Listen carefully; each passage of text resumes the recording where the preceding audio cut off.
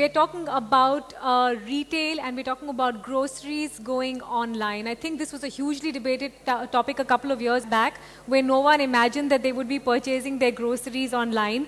And now at where we stand, it's actually pitted to be one of the biggest markets in terms of e-com opportunities. And that is exactly what we're going to be debating. How do you make it get bigger? How do you offer a wider variety of foods? You know that this is a project that has worked successfully in the US. Things like Whole Foods are actually functioning very, very successfully over there, perhaps with more tech-savvy consumers as well. But we're going to be picking up issues like how to get non-food products into that basket, what to do in terms of digital capabilities to make it easier to shop in store, how to use navigation technology, and really where at all this is headed in terms of revenue potential for anyone looking to do that online grocery format.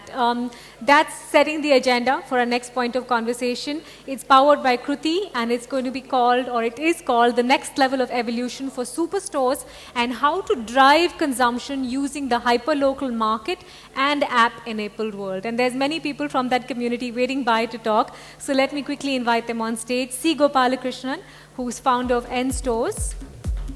Jamshed Dabu, MD of Trent Hypermarkets. Mohit Kampani, who's CEO of Spencer's Retail. Navneet Singh, founder and CEO of Peppertap.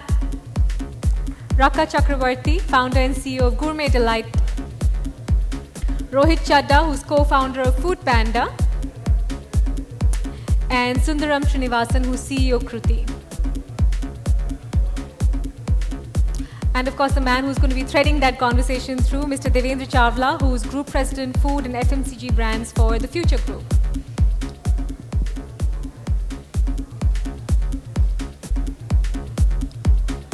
You're welcome.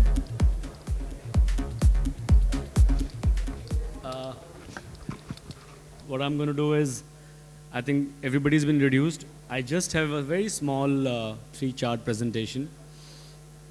It revolves around the topic. I think we have quite an eminent panel. We have some hyper-local people. We have the founder of Food Panda. We have a lot of retailers. And I think the whole Indian consumer space is going through so many changes that the last word is yet to be out. In fact, I think it's far away from being out. It's going to take years and years of discovery. So what we're going to do today is actually put a peek, give a peek. All of us will give our minds to what we think where the market is going, because I don't think any one of us is qualified to say this is how it's going to be. So I'm going to just put some charts which will become discussion points. This is actually from the report of BCG and Images, which is about to be released. So I've just taken 2 charts from them. This says that when you have a multi-channel, or what nowadays omni-channel, you have 2 times, people buying 2 times more and buying twice more. So I just want to set it as a background for all retailers, whether online and offline. And this is a chart, again, from the same report, but this is the US market, which says which category is bought how, like researched online, bought offline, researched offline, bought online. And this is of a developed market of the US. If you see, the pink quadrant is where they've put grocery. And in a manner, I will argue, and I'm sorry, there's a small TV out there, but what it says is that even in the US today, by and large, 90-95%, brick and mortar shopping, people research offline and purchase offline. Obviously, it's up for debate. There's a lot of new business models which have come in, but this is as latest as last month in the US by BCG. So my question to all the panelists, and that's how I want to start the debate, is each one of them is in some space, like e-commerce, online, hyperlocal. How do they see the Indian consumer evolving? And Gopalakrishnan, we can start from you. This was the family which had Nilgiris earlier. So I think a lot of experience in retail, and now they have 7 stores, by and large, in Bangalore and Chennai, right? 7 stores. So I'll go one by one. And what I want to do is to set the tone is just speak about your take on the evolving Indian consumer when it comes to whether the hyperlocal model or offline retail. How's the customer changing? How's the behavior changing, or is it? and how do you see it panning out in the future? Well, today's thing is that people have changed. There's old traditional people who buy things, and there are new consumers who want things at a faster level. So the thing is today, the quality will only speak for the business, and people will come to a shop or go online if there is quality. And next comes the service. So most of the places or the players who are here today, they have to concentrate on the quality and the service they provide. And definitely there's a huge market, whether it is offline or online. When it comes to the technology which they're talking about, the technology was there even before. If you go back 50 years, telephones were very difficult to come into India. So you have to wait for a couple of years to get a telephone. So the shopkeepers those days would print a small form, order form, and give it to their regular customers. And they will put their requisite on that, and the cycle boy will be going there to deliver them. And when things changed, there was customers who come and buy and give monthly credit also. Now today's technology is online. If the service is not there and the quality is not there, it's not going to happen. So this basically how we are treating a customer. Customers must feel at home, whether it's online or offline. That's the change that's happening. Mohit, may I request that one, please give us your view on this, and also since you had Spencer's, whatever your company is doing, what are the plans or something in this space, if you can share, that'll be nice. Yeah, thanks, Devinder.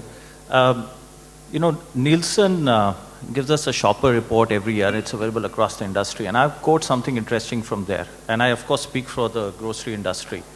The loyal modern trade shopper, and that is defined as a person who has visited a modern trade outlet in the last 3 months once. So it's a fairly liberal interpretation of modern trade. 8 of their 11 grocery trip missions in a month are outside of modern trade. So they come to us as an industry only 3 times. And the other 8 times they don't come to us from a hypermarket perspective, I guess, because it's just not worth it, you know, from a value equation. It's relatively, the value has to be pretty large for you to make that trip mission to a hypermarket multiple times in a month. So from that perspective, obviously as a retailer, multi-channel makes sense. In fact, I will offer you that multi-channel today, at least for the grocery industry, is significantly superior than being in a single channel. And you know, that's at least our stated position. Other than that, of course, the business model will benefit from you being multi-channel. There are the obvious advantages of you sweating your competencies, especially at the back end, your sourcing, etc. And so obviously it should also be able to give you better shareholder value. For instance, a physical retailer, such as, you know, the kind of stores Jamshed, Devinder, myself run, we already have, in a sense, lakhs of acquired customers who are coming to our stores every month. And why wouldn't they participate in new channels which you build up? So, you know, I offer to you, without any doubt in my mind, multi-channel is superior, and our participation, I think the way we have to nuance it also is, the other trend we are seeing is that customers are getting more and more empowered. So it's not just simple vanilla models which you just throw out there and say, you know, please participate in Spencer's B, which is another channel. We've also got to think of what's in it for them even far more. The traditional hypermarket was run by offering value and getting customers into the stores. I think that's going to change in the future. And we've got to look at convenience, for instance, far more. Yeah. Thanks. Thanks, Mohit. So that, now we come to a very interesting part. I think, Navneet, there are a lot of views, right? So Mohit says multi-channel, you know, like I'll concur. But there's a new model now which you have, and you're already doing 15,000 deliveries a day, and you don't carry inventory, and you're using some store. So how does that work out? Like, I mean, what does it speak of the consumer? Let's focus on the consumer, that That consumer doesn't want to know from where the stocks are coming. They need service and experience. And you're saying as long as you do that, you're done. So let's have your take on that. I think the basic premise on which we started this business was to provide convenience to the customer. In terms of, just to give you an example, I used to work like 6 days a week, and 7th day, basically Sunday, used to be a free day for me. And every Sunday or every alternate Sunday, my wife would basically say that, okay, let's go to a grocery store and spend a couple of hours there doing our grocery shopping. That was not the most interesting sort of part of my weekend. So that was one of the pain areas I felt that people like me would definitely have. And on the other point, whether, so actually Mohit presented some really interesting data points. And that basically proves that our model, something like a hyperlocal grocery delivery service, and the traditional retail formats that you guys run, are more of a symbiotic sort of relationship. These are not competing with each other. So Mohit just said that out of the 11 trips that a customer makes, 3 trips come to these organized retail stores, but 8 basically go somewhere else. Now these 8 could be going to on a phone call to the local retailer, or basically the customer while coming back from office just stopping by at the local store and buying some stuff.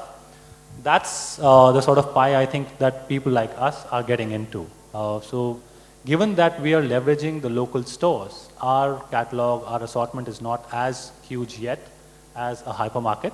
So we can't compete on the monthly grocery thing with you guys. But what we can definitely provide to the customer is a convenience in sort of fulfilling those 8 out of those 11 orders from the comforts of their home, basically at their doorstep. So my contention is that whether it is multi-channel, whether it's omni-channel or anything, I think all these formats are going to sort of be symbiotic and will coexist. The market is fairly big. And one of these channels cannot be the only channel that sort of fulfills the needs of customers in this particular market. So hyperlocal is one of these channels. Given that 8 out of 11 things can be fulfilled by hyperlocal, so it has immense potential. But the average ticket size here will be lower because these are top-up purchases, these are not your monthly purchases. So I think it's a symbiotic relationship. So that's actually quite complementary, huh? Monthly purchases and top-up. Large assortment versus limited assortment, because the store you choose has in itself a limited assortment. So I think we'll come to that after this round. Raka, my question to you, you've also started online delivery, e-commerce on gourmetdelight.in. And I checked the website, a lot of gourmet stuff and even organic food. What's been your experience? It's been like 3-4 months since you've started. So you have here Mohit saying we carry all the inventory, large assortment. You have Navneet saying less assortment, no inventory, asset light model. How's your experience? Actually, I kind of fall in between the two of you. The idea of starting this online site was, curated gourmet experience. Now, we have a lot of people in India who travel, who want to recreate the restaurant experience at home, who are aware of ingredients but don't know where to get them. They ask around, they ask their friends, etc. And then some people point them out to different stores or different, places in Crawford Market, etc. So the idea of starting a curated gourmet and organic, resting on 2 different planks. One is high-end imported food. Second is organic Indian food. And from my experience of the past 3 months, what I've found out is a large number of women shop with us, people who want to use products like quinoa, chia, kale. They would also like to know, like, what happens to them is when they go to a store and ask somebody, they might and might not get a satisfactory answer. So we try to provide as much information as we can about the product, how to use the product if you're cooking. Sometimes they call us and ask us for, different kinds of, what does it go with, what can I cook it with, what will it look like after it's cooked, etc. So we try to help them with that as well. Now, what's been happening is that we've gotten a certain segment, Bombay, people like to experiment with food. They like to try out new trends. They have been coming back to us regularly just to see what the offering is all about. And in the afternoon, I was part of a session wherein they spoke about customer expectations. Now, what happens typically is what we've been experiencing day to day. We have increased expectations. Now, the same customers come back to us and say, okay, fine, we've experienced Greek feta. Can you get us French feta? So it's interesting, this place that we are playing out. And of course, it's a small segment. and but very strong, well-knit brand of loyal customers, and we feel that it will increase city to city. It will change maybe in terms of complexion, but definitely, yeah, there's a potential. So Jamshed, a little different one for you, since on the whole, lot of learnings I'm hoping you have from the Tesco model, or you must be picking up from them. Is India ready for click and pick, which became big with Tesco in UK? And why I ask you this is that one of the discussion points of our topic was that how retailers are using technology or apps. Why don't you throw light on that part? Thanks. So I'll certainly talk about that and also some of the observations made. See, my view is that every industry needs a talking point. Because if they don't create talking points, they can't have seminars like this to talk about. And the big talking point in our industry today is about offline, online, and the whole debate about whether online will take over offline and all that, but according to me it's a talking point. And I'll tell you why. The fundament, and I'm only talking food retailing, I don't know much about other types of retailing. Fundamental needs of human beings do not change over long periods of time. 80% of your fruit and vegetable basket which your grandmother bought is the same as what you buy. Believe me, you eat tomatoes, you eat onions, you eat potatoes, that's exactly what your forefathers ate.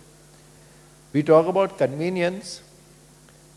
We've been wanting convenience ever since we've been buying. Earlier we could not have convenience, so we would go to the local store and we would walk to it. But we needed the store next door, which is why India is full of shops only. You know, wherever you go in India, you'll find shops. Then telephones became easier to access, so we got the convenience, certainly in places like Bombay, of ordering over the phone. It is the same convenience, and now we are getting a more sophisticated form of convenience. We talk about foreign food. When I was a kid, every weekend a smuggler would come to our house with foreign food. You know, all this gourmet, what we are talking about gourmet today, and we used to sort of buy luncheon meat, this, that and the other. Today there is a different way of accessing that same amount of food, perhaps a little wider choice. We always wanted choice, we couldn't get it, now we are getting more of it. So fundamental needs do not change. The manifestation of those needs change with the time. And we are in an exciting time whereby two things are happening. One is with the advent of technology such as click and collect, such as home delivery, such as what Food Panda is doing, wherein this is making us address those needs in a more efficient and effective manner, which is great. Now the advantage in the Indian context is we are not competing. And the reason why we are not competing is because there is a lot of headroom of consumption. It is not that the consumption levels in India have saturated, and as a result of which different forms of retail or different forms of reaching consumers will start fighting against each other. According to me, all what is happening in the country today is increasing the consumption basket. And that increase in consumption basket is in keeping with the growth in the economy, because if people are earning more, if the economy is growing at 7%, and let's say we are all earning at 7% more, then we need to spend that 7% somewhere. And this whole movement which is happening in the country, be it for food, be it for other kinds of retail, is certainly helping in that consumption story. As far as is India ready for what the West has been through, to my mind, the Indian consumer is as ready as any other consumer.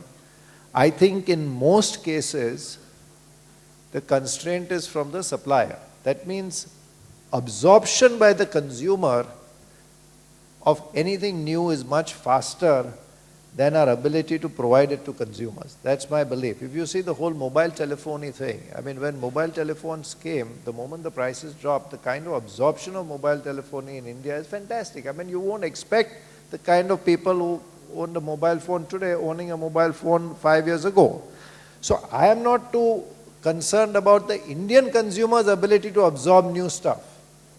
I think the question is on us, how quickly can we provide it? How effectively can we provide it, and how cost effectively can we provide it for the market to absorb it and keep generating more and more consumption. So that's my personal belief, Devendra.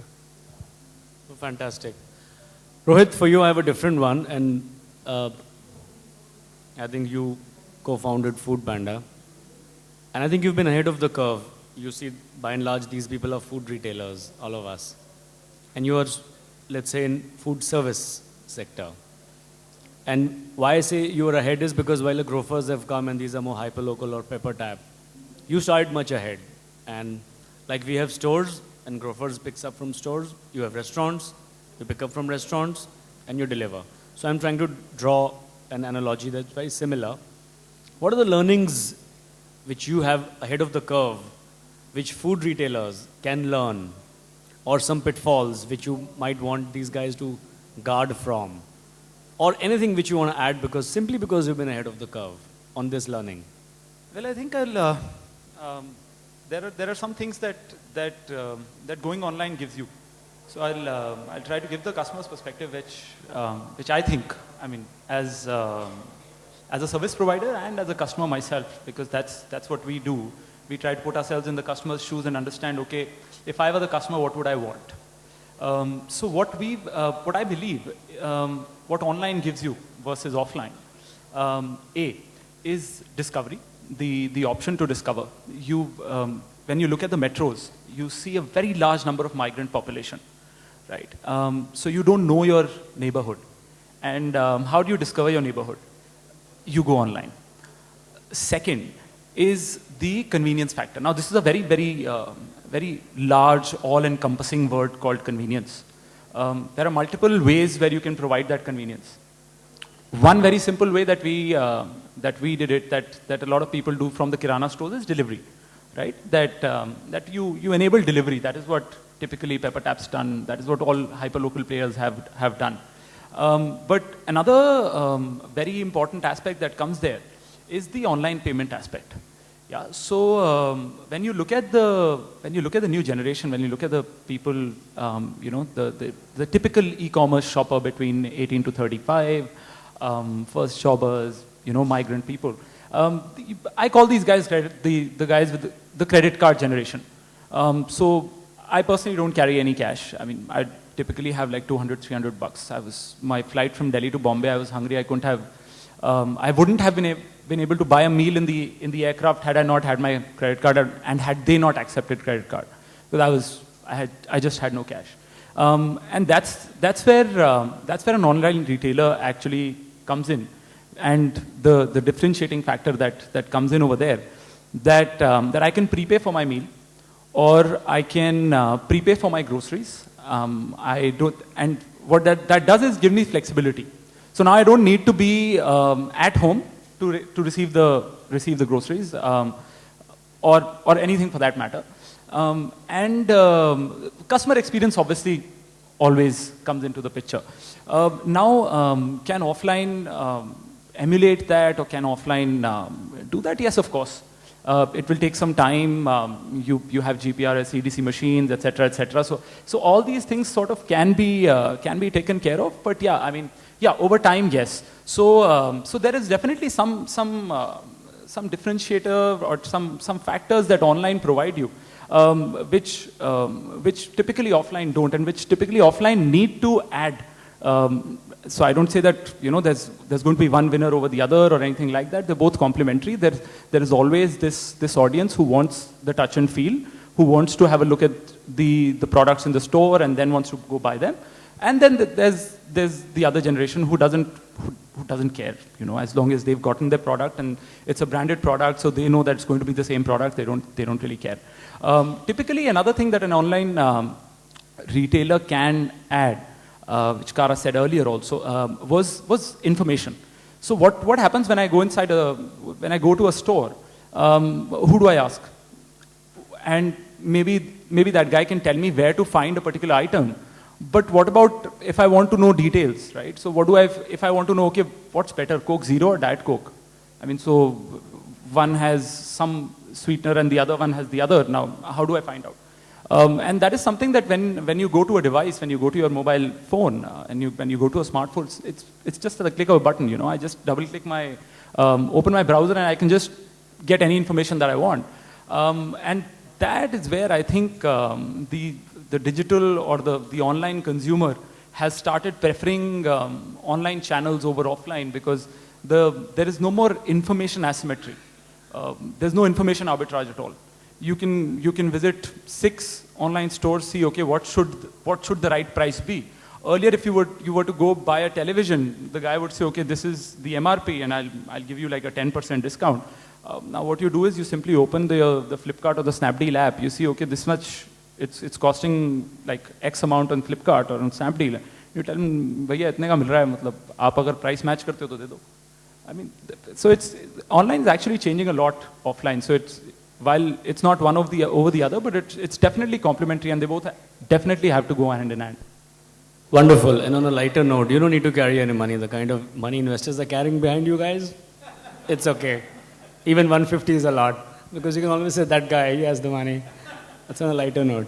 Srinivas, you worked a lot, like, so you're not a retailer, you're not an e-commerce company, but you support customers make decisions, and actually you support more, even brands make decisions. What is your learning? Because you are sitting in a different corner of this whole discussion. You were involved in promotions, you help brands being discovered, you provide tons of promoters who sell in physical stores. How do you see the customer changing from your lens?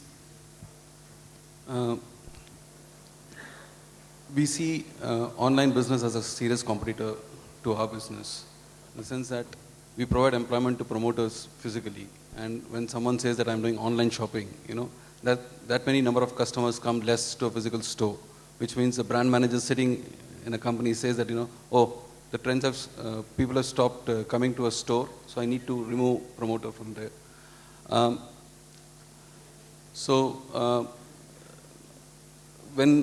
And having traveled urban and rural India, what I see is this hyperlocal thing that is being spoken about, which is more of an urban phenomena.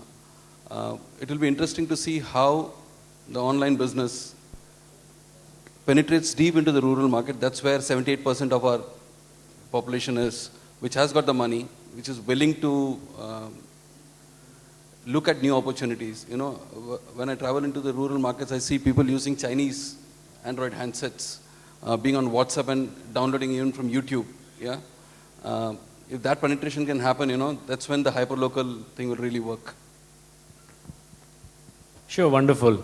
Now this is just, guys, my request is please have a look at this chart. This is just to show one of the points in our discussion was that while modern trade or supermarkets are 10% of the overall trade, in many categories like 30, 40, 50%. So what we're trying to say is that categories like cornflakes or cleaners, olive oil are by and large created by modern trade because they contribute 40, 50%. So what is the role? Like India is so underdeveloped. Like if I see the number of brands in ketchup or jam, there are 2, 3 brands, or even cornflake, there's Kellogg's or maybe 2 more brands. But if you see in cars, there are 600 models of cars. I mean, let's say 10 companies, and between them, they have EX, LX, so many cars. Maruti will have 100 models of car. And the customers are not saying, I have enough choice, I don't want more. Customers are lapping it up, they're saying, give me more choice. So India is underdeveloped when it comes to food brands. We don't have brands. Categories, many categories are yet coming in. So what is the role of hyperlocal versus modern trade? Who will do category creation? Or Navneet, would you say that I'm in the business of only supplying and managing demand, and it doesn't matter to me who's creating the category? Or would you acknowledge that no customers will go to the store? What's your take? I want all of us, whoever wants to go on this one, to have a discussion. I think it's going to be a combination of category creation by both the existing organized retailers and people like us, the new sort of models. For example, it could happen that tomorrow some brand comes to us and says that, okay, say 6 months down the line, you're doing like say 100,000 orders a day. Why don't you sort of distribute these free samples or something new product launch that we're coming out with? Why don't you sort of create a separate store for us on the application itself, so that the number of sort of daily average users that you have, whatever that number is going to be at that point, get an access, early access to that particular product. And that may help sort of taking that product to that many customers right on day one. This is similar to what the product launches may be happening in, for example, your hypermarkets, right? customers coming in and looking at special stalls being set up for sampling and different things. So I think the category creation, I don't think it's going to go away from organized retail, but there'll be some percentage that will definitely come to newer models.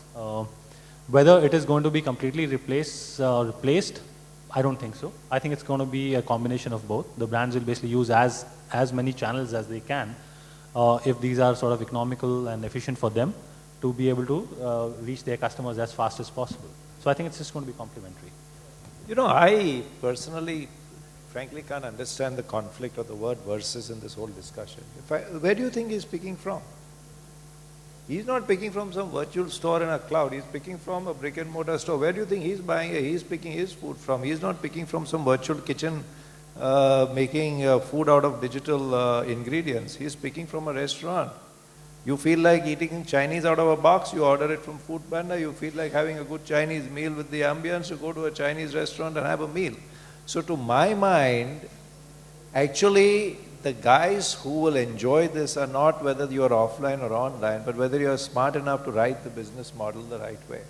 So if you look at Uber and everyone makes a noise about Uber and these cab drivers keep fighting about Uber, the guys who are laughing all the way to the bank are the guys who Uber pays to hire the cabs, na? Now what, Uber is not flying people on a digital cloud, it is finally the guy who sits in an Uber cab and the cab driver who is getting the subsidy from Uber who is making the most money out of this whole deal. And that's certainly not some online guy somewhere, because there is no question of online. You cannot consume online. You can consume real products and services which are brought to you easier or in a more difficult fashion depending on the service that you latch on to. And I think, to my mind, there is a lot of working together between online and offline. So you can say Flipkart this, that and the other, but finally at the end of the Flipkart lists retailers. And these are the retailers who have now a dual benefit, because A, they can be on Flipkart if they are smart enough, and they can also sell from their stores and give a store experience for consumers who want the store. So in fact what happens now is, and what is happening now is, even in food retail, so if you have a Gophers kind of person in food retail, and since they are not on the panel I can talk about them without having too much of an argument. So where does Gophers pick from? He picks from a store.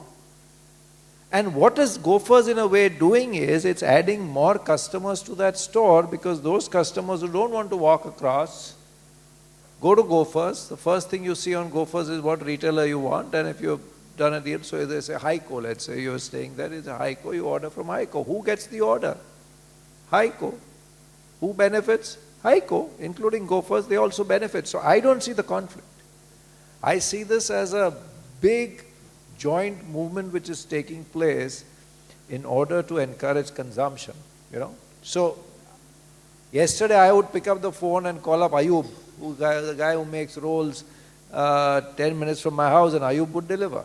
Today I go to Foodpanda's website and do the same thing, and still Ayub delivers. Or Foodpanda delivers and still Ayub makes the money.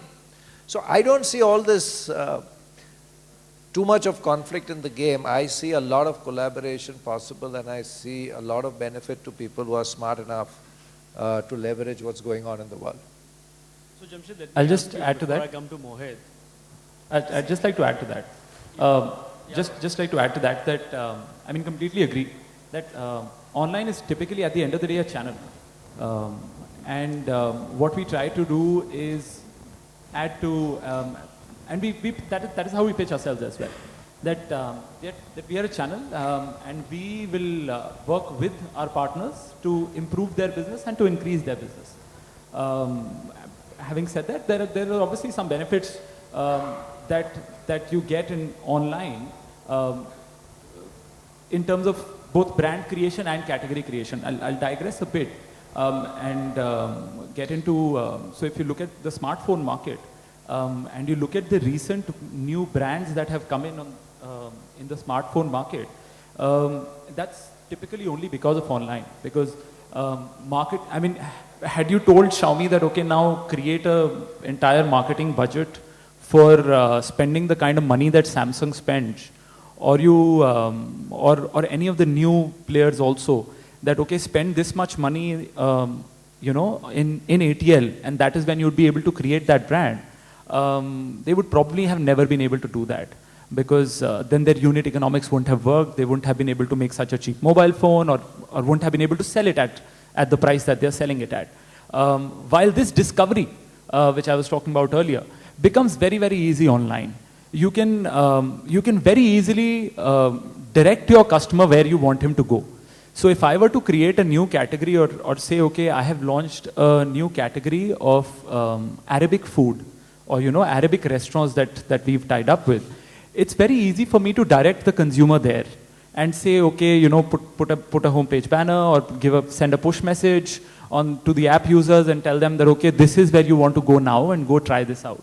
Which is obviously difficult when you go to an offline store, especially if it's a huge supermarket. There are these sort of limitations that are there. That's what I'm saying. Sorry for getting into an argument.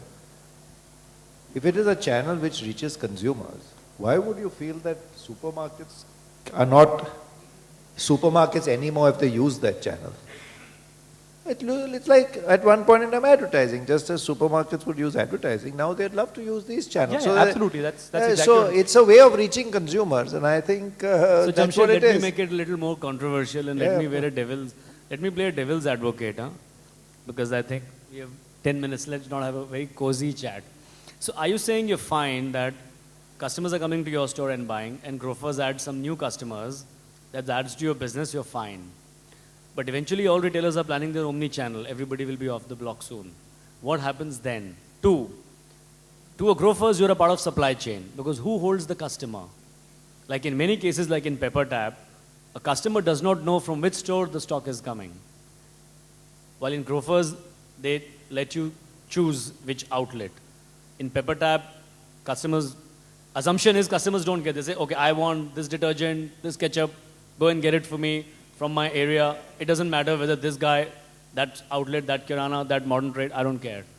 So how do you see the future panning out? See, to me,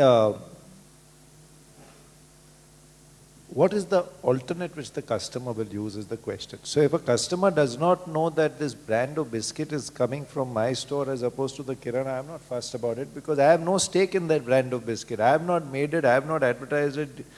Parle G has made a biscuit, and you know, I'm okay with it. If there is something unique in my store, then it's my choice whether to offer that something unique to Gophers or not. So I still have a choice. I still have a choice of telling Gophers that this you pick from my store, this you cannot list from my store. I still have a choice to say that my own label you pick, but my fruit and veg, which is my specialty, you please don't pick, because I will not allow you to pick that. So the choice is still mine. And I think that cleverly using that choice, as opposed to being obstinate about, no, I won't do this, I won't so do that, is what I think the game will be for the nimble-footed. Number two, in retail, what happens is that, you know, you're playing in micro markets, frankly. There are certain micro markets where you might decide that, you know, frankly, I don't give a damn whether the customer knows or doesn't know. There are certain micro markets where I say, no, I want the customer to know where it's coming from. Also, it's not very difficult to convey to the customer where things are coming from. It depends on how you brand your packaging. It depends on what sticker you put on the product. It really is, to my mind, not a big issue. It's how cleverly you play it. So I'm quite actually not fussed with it. To the stage wherein I feel that, no, I need my own omni-channel, then there's always a chance to call it out. Because none of these guys are looking for exclusivity, long-term, nothing. They are also pretty short-term, because they themselves don't know whom they should tie up with and all. The model is so new, so I'm not too fussed about it. Sure, Mohit, would you want to add to this, your views? You know, I think what you asked is very fascinating, Devender, which is where do we grow consumption or create consumption in the future? And I think it's a very, very important point. If I rewind back to the last 8 to 10 years where contemporary modern trade has really started taking off, one thing is very clear. Our floors have been used to activate and create consumption for a lot of categories. And we do it in various ways. I mean, the CPG companies are not stupid to spend crores of rupees every year in each of our formats, because that goes towards creating consumptions. Whether it's promotion, sampling, activation, visibility, all those kinds of things. And we all know, I mean, there is various kinds of research, but there is that whole thing of planned versus unplanned purchase when you go to a store. I don't think anybody in this audience, at least I can't say that I go with a list of 20 items and that's what I exit the store out of. Perhaps when I send somebody else to shop for me, but I don't do it. And where is that consumption going to go when other channels come in? And I think this is something to think about. The equivalent of taxi aggregators, and all credit to Mr. Mahindra for being brave enough to say last week that his consumption is going to go down because of these guys, And lots of automobile manufacturers are also talking about it. Yes, it does worry me. But can a hyperlocal or a pure play grocery retailer create consumption too? Yes, it possibly could be. And I think technology will have a huge role to play. For instance, the same kind of communication our customers are used to, so are theirs. The only thing is they can't consume the product immediately. Maybe technology can help with that. So I believe, QR codes and mobile phones inside stores is something which is, the past is not going to work. Maybe the future is image search. You see it in the newspaper, you click it, and it goes onto your queue for your next delivery. So I think there are ways to also increase consumption online, and technology will play a big role. I don't think we have all the answers. And as an industry, I think it's in all our interests that consumption increases, because if it doesn't, how will we grow? I think, but to your point, at this point of time, with this technology interface, I am worried, because that's been a key growth driver for me. And I completely agree, Mohit, and I must add from my side, at Future Group, we are also developing an app and the whole omni-channel strategy with SAP, Hybris, SAP. So I think the future is going to be very interesting because a lot of models are coming in, and I'm sure in India there's space for many more models. Before I take the Q&A, one last one, Raka, to your thing when we were discussing before the session. You were quite concerned about the last mile delivery, the customer experience of the last mile. Why don't we take that topic, because I'm still not clear, because it's such an evolving thing. When I spoke to Navneet before the session, he said, we don't buy from modern retail, we buy from some store in that area. Perfect. But then they may not carry 10,000 SKUs like a Big Bazaar or like a Spencer's or like a Star Bazaar. But they may carry the KVIs or the main A-class items, which... So what happens? Because of that, you're giving less choice, but you have great fill rates, because you have perfect supply chain for, let's say, the top 500 SKUs? Or don't customers come and say, I want to try that new variant of, let's say, L'Oreal, I'm just making it up, which is a Z item right now, only one person wants, but maybe, well, how do you handle that last mile? What are customers saying to you? And I want Raka, you to speak as well, because you brought this up in the conversation. You go on, Navneet, start with you. Given the sort of format of the application that we have, people come back to us with feedback, saying that, okay, could you add this particular thing to the catalog in my area? For example, somebody mails us saying that, okay, we don't have fresh milk, can you just add something like an Amul milk or something like that? So we do keep getting feedback. But in terms of the last mile, whether we are sort of servicing 10,000 SKUs or not, it obviously depends on the kind of store that we've tied up with. The initial sort of premise that we had was the sweet spot would be the middle tier stores, relatively sort of organized, not the mom and pop Kirana stores, say 1.5 to 2,000 square feet in space, about 6,000 odd SKUs in place. The fill rates definitely is an issue when you start with this particular store, because what happens is in India generally the data that you basically get from the inventory management system of a store doesn't really reflect the actual physical stock in the store. So how do you sort of create a sync between the two, so user behavior in terms of the storekeeper, the guy who's basically running that store? That needs to change for us to be able to get to that. But as you said, for the valuable items, the sort of fast-moving goods, the top 500 SKUs, that is something that we sort of make sure that the fill rates are fairly high there. Because otherwise, the customer's user experience sort of goes for a toss. The customer basically tries you out and then says that, look, I mean, I ordered 10 things, you couldn't sort of fulfill 3 of them. And one of these was very important for me. There's no point in me sort of buying from you. So there has to be a very solid integration between the store and the online platform to be able to give a good user experience. And that works for both of us, both for the store and for the online channel. For the online channel, basically, we are able to retain that particular customer. We spend money, obviously, to acquire that customer, right? We would like to keep that customer with us for repeat purchases. That's where we actually get the value from. For that particular store, because he's a partner with us, He gets value from the relationship only when the customer keeps buying from us, as in on our platform. So when the customer buys on our platform, he also gets the sale, right? We just get a small cut on that. So for that store, whose normal catchment area would be like half a kilometer or 1 kilometer, we take that catchment area to about 3.5 odd kilometers, so we give much bigger access to customer base. But you have to retain that particular customer. So it is in both the store and the online channel's interest to actually work very closely to give a good user experience. And before I come to Raka, Navneet, to you itself, I'll ask, how easy, like you're in many cities, 14 cities is what we discussed. Do you have stock visibility of every store you service from? So when you take an order, is the inventory of that small store, do you have it that you are sure you can tell the customer, yeah, I have these lines or I have these 90%? Or does the customer in the end know, I ordered this and this came? What is happening on that? Technically we have live view into the inventory. When I say live, with some stores it's like 2 times update in the day. With some it is like every 30 minutes or so. But having said that, most of the stores don't have that technology. So we've basically built our own middle layer which talks to their POS and inventory management system and sort of brings that data to us. The problem is not the data. The problem is that the data that goes into their system is not accurate. So changing their behavior to get that data accurate. Once that becomes accurate, then we'll have a live view into the inventory. Then it's not a problem. Fantastic. Raka, your take. Well, in our case, it's a bit more simple because we are doing a large amount of stocking ourselves. So it's still a much smaller platform as compared to his. So typically what happens is that we can predict in terms of what will be the rate at which consumption will happen over the week, and the inventory is maintained in real time.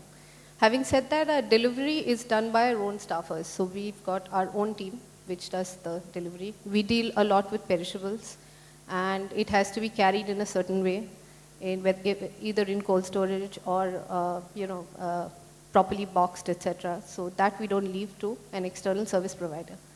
If ever we find somebody who can do that last mile pretty well, cold chain logistics, etc., we'll of course ride on to there. But in our case, where the customer is discerning, whether they're very careful about the kind of product, expiry date, condition at which it reaches the customer, last mile is extremely, extremely crucial for us. So that's. So Srinivasan or Mr. Gopala, anything you wish to add on this? Because then I'll take the Q&A after this. See, the whole thing, the online business, delivery and all is there. But most of this happens in big cities where people have the disposable income where they can. But the 2-tier and 3-tier cities, they want to go for an entertainment. It's more an event for them to go shopping. And such type of customers will always want to go and touch and feel. Those things are going to be there. So this is going to be an additional avenue where people can buy when they don't have time to go and buy things from the shops. They will look at this as an option. But definitely the shopping experience is something which will continue. This will be an add-on to that. That will be the whole thing. You agree with him? Do you want to add something? So let me open the panel to any Q&A. May I request please identify yourself and to whom the question is directed to, and just shoot. Hi, my name is Rohit. I head up e-commerce for Walmart in India. And we are working with a lot of players and evolving models which are both hyper-local with small retailers, large players. So I think comment to what Jamshed had said, markets are going to evolve very, very rapidly and business models are going to evolve very rapidly in the near future. One question which I had was to Devinder, which is how are you evolving the model where you're getting this whole set of people on the Big Bazaar direct platform, and what's going to be the play over there in terms of reaching out to end customers? Yeah, so see, we at Future Group, apart from Big Bazaar, we have a model called Big Bazaar Direct, and we also are about to launch a beta version very soon of our Omni channel, which will be the whole e-commerce platform. But to answer your Big Bazaar Direct, basically we believe that in a lot of small villages and towns, people still don't get the choice. Like in big cities, you have assortment, you have large stores, you have 10,000, 5,000 SKUs. But in very, very small cities, you don't even have that kind of SKUs. You don't have every product brand reaching every village in India. But those people are exposed thanks to mobiles or television to all the brands and product, and they aspire. They want the same things which people in the largest cities are consuming. But who bridges that gap? So the Big Bazaar Direct model is more like taking a, like, let's say, a tablet or an iPad through an agent to the village, showing all the merchandise, booking it, and then finding a supply chain to deliver it. So actually you take the store to the customers. And you don't want to carry inventory, you don't want to open a store in that small place, it's not viable, but you want to reach out to that last mile. So that is the experiment which is going on. So given the Indian wholesale works at 1%, 0.5%, and if a variant of Pears soap is not reaching a small town, the blue Pears is not reaching a small town, how will you manage to do it cost effectively is really the... You'll be surprised, grocery is only 5% of it. It's by and large apparel and general merchandise which don't reach those places at all. Okay. If you see the kind of kapda, dresses, fashion which is moving in the big stores, people will see ads, papers, but they don't have, every village doesn't have that kind of stores or that much assortment. So grocery is a very small part of it.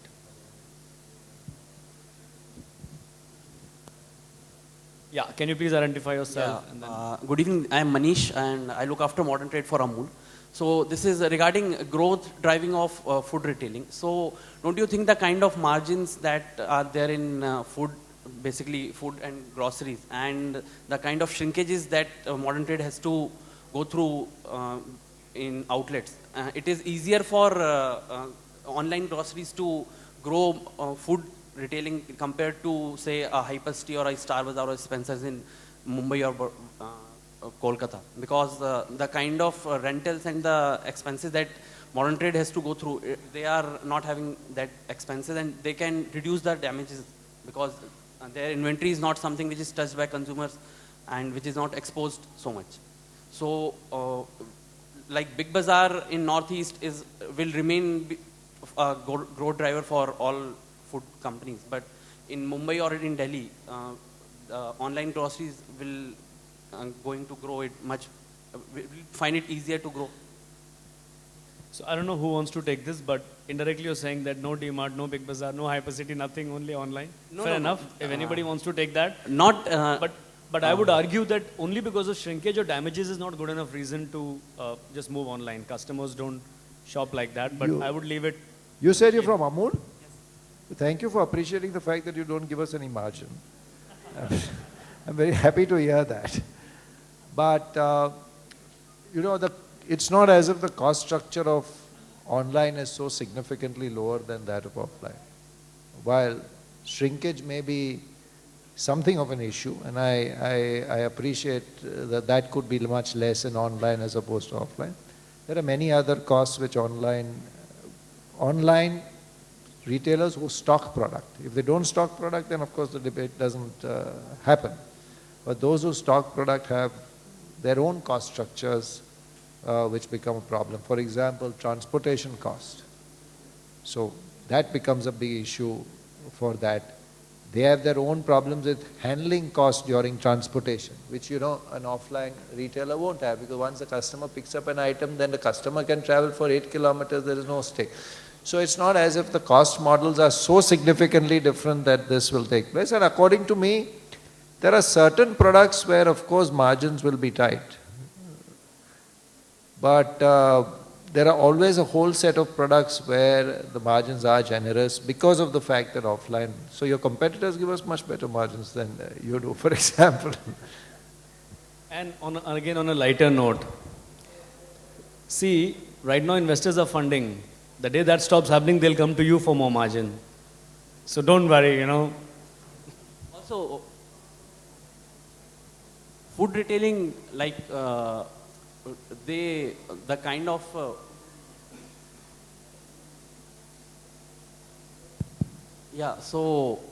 in terms of say Big Bazaar or DMart or Spencer's and the online groceries that are there. So if my brick and mortar store is is having an online channel, so will it be much more able to service customers with a better range than compared to just pure play online?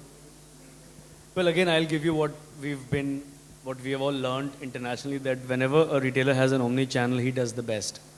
But the question mark is if he can get his act right. It's not so simple for a physical retailer to be so great in online, but whoever has been able to get it right have been the most successful versus either pure pay online or pure pay offline.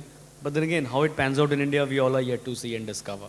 This is all I can tell you what we've been seeing, hearing, experiencing in the West. I'll just add to that. There is a marketplace perspective that you need to understand. So the pure online players are basically mostly, yeah. So I talk about Pepper Tap, I talk about Food Panda. We are marketplaces. So while we've talked about us being obviously a channel to get more revenue for the offline stores, the kind of what benefit that we get is that since we don't have a physical footprint, so we are able to cater to a larger audience in terms of geography. So the limitation of an offline store typically, and I'm scared to say that, by the way, is that you're in a store, you're in a particular location, right? So there'll be a certain amount of area that you'll be able to cover, or a certain amount of area that customers would typically come to you. And to add to that, I mean, so to cover an entire city like a Bombay or a Delhi, it's difficult to get footprint everywhere. And that's where a marketplace kind of comes in, where even though you might not have store X in a particular area, you have store Y. So you might be able to get what you want from store Y, if not from store X. And that is the marketplace perspective. And as people have already said here, that omni-channel obviously works very well for every brand. But that's where the difference lies between a marketplace online player and a brand going online. Mohit wants to add to that? Yeah, just a quick one. I think the other way to look at this is that every category today has moved to multi-channel already. And the only thing which differs is between categories is the percentage which comes from channel A versus channel B. And it'll be foolish to think that multi-channels will not exist in the future. So for instance, grocery is never going to be zero in the physical format. The highest share of online grocery in the world today is urban UK, which is 5.5%. Now, and by the way, grocery is at the fag end of percentage contribution from online across the world. So, I don't think we'll ever see the day in the foreseeable future where it will become, zero. And at the end of the day, you must remember, whether online or offline, everybody has to make money someday. So it doesn't, whichever, from a manufacturer's point of view, or if I was Amul or any brand, whichever offline or online, somebody has to cover their cost. So you must think about it like today there's a lot of funding coming and that's happening, but eventually everybody has to make money. So as far as you're concerned, be ready to roll out more margins, either way. Hello, sir. So I'm Avik Mitra from ITM University. My question is for Mr. Rohit Chadha. Sir, you are mainly catering food industry, right? So I would like to know that in future, there will be more hyper local market coming up and more new entrants will be coming in. So how will you see yourself in a diversification mode? Because you are right now in food, so with more new players in, how you see yourself in the future? Would you like to have a diversification segment in future? Well, I think it's difficult to say right now. Yes, there are obviously many players coming in the hyperlocal segment. Some are concentrating on particular verticals. Some are concentrating on the entire width, on the entire horizontal. We continue to focus on and have continued to focus on food deliveries. I think the market's so big. The market's so big, so less penetrated.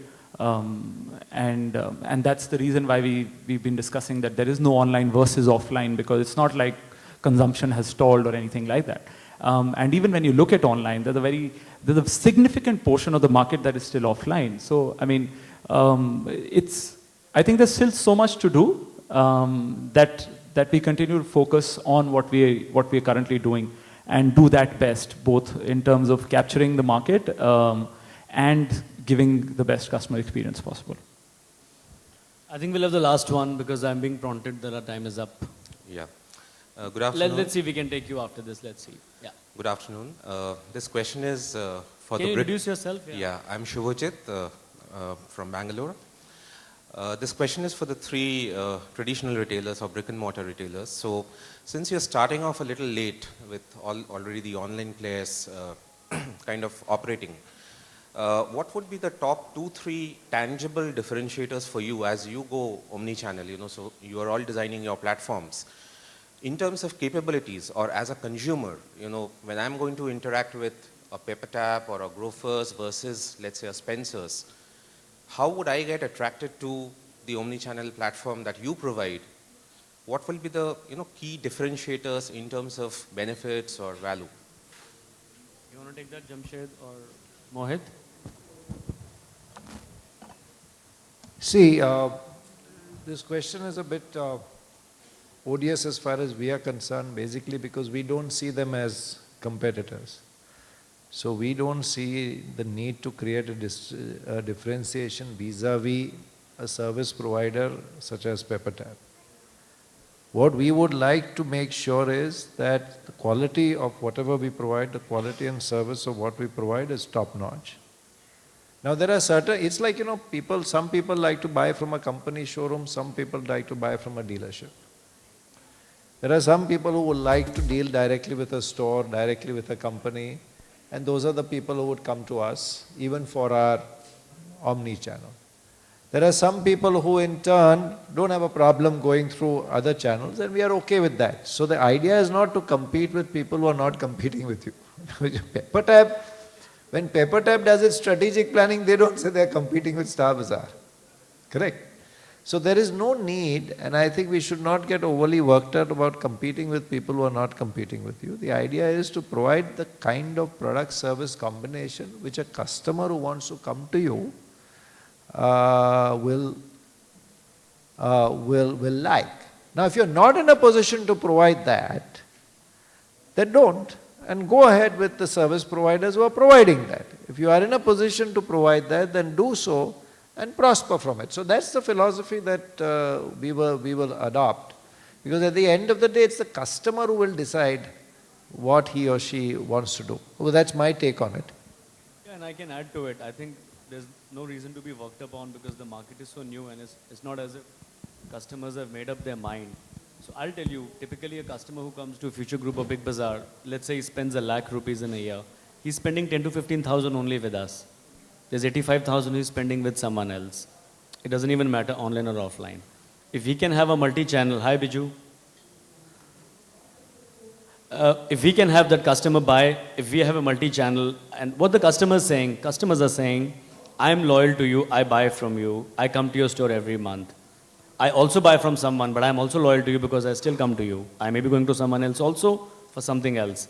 But wherever I go, wherever I am, you make sure that you service me. Whether I'm on the move, I'm in the store. I'll choose whether I come to the store, whether it's click and pick, or you home deliver at home, or whether it's on an app or online. I think if physical retailers can do that, I think that's more than enough. We don't have to worry about the rest. Because there's space for everyone. That's my take. Thank you very much. Let's give everybody a really big hand.